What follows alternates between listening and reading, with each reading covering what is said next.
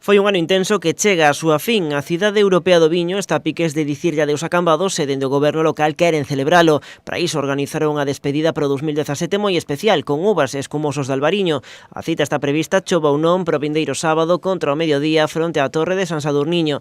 Ademais das copas de viño, o Concello tamén vai repartir entre os asistentes as 12 uvas da sorte, que este ano en Cambados se van tomar o día 30 coas badaladas das 12 do mediodía. Dentro do Concello de Cambados queríamos facer algo especial para despedir este ano de Cidade Europea do Viño, brindando todos xuntos e bueno, ahora que estamos no Nadal, que mellor que brindar tamén con espumosos Rías Baixas e bueno, se pensou na idea de facer aí un brindis colectivo para despedir este ano intenso de actividades e eventos. Entre os convidados un moi especial, Floriano, unha das personaxes máis icónicas de Gogue, convertido agora nun auténtico embaixador dos viños de calidade de Galicia. Pois esperamos que reunir a bastantes boinas, a bastantes pañoletas, aí na Torre de San Sadurniño.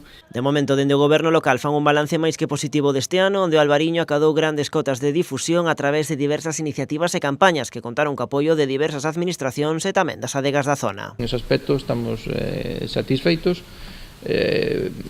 Contamos co apoio de quenes decidiron que este era un proxecto que trascendía o ámbito local, era un proxecto a nivel comarcal e a nivel autonómico.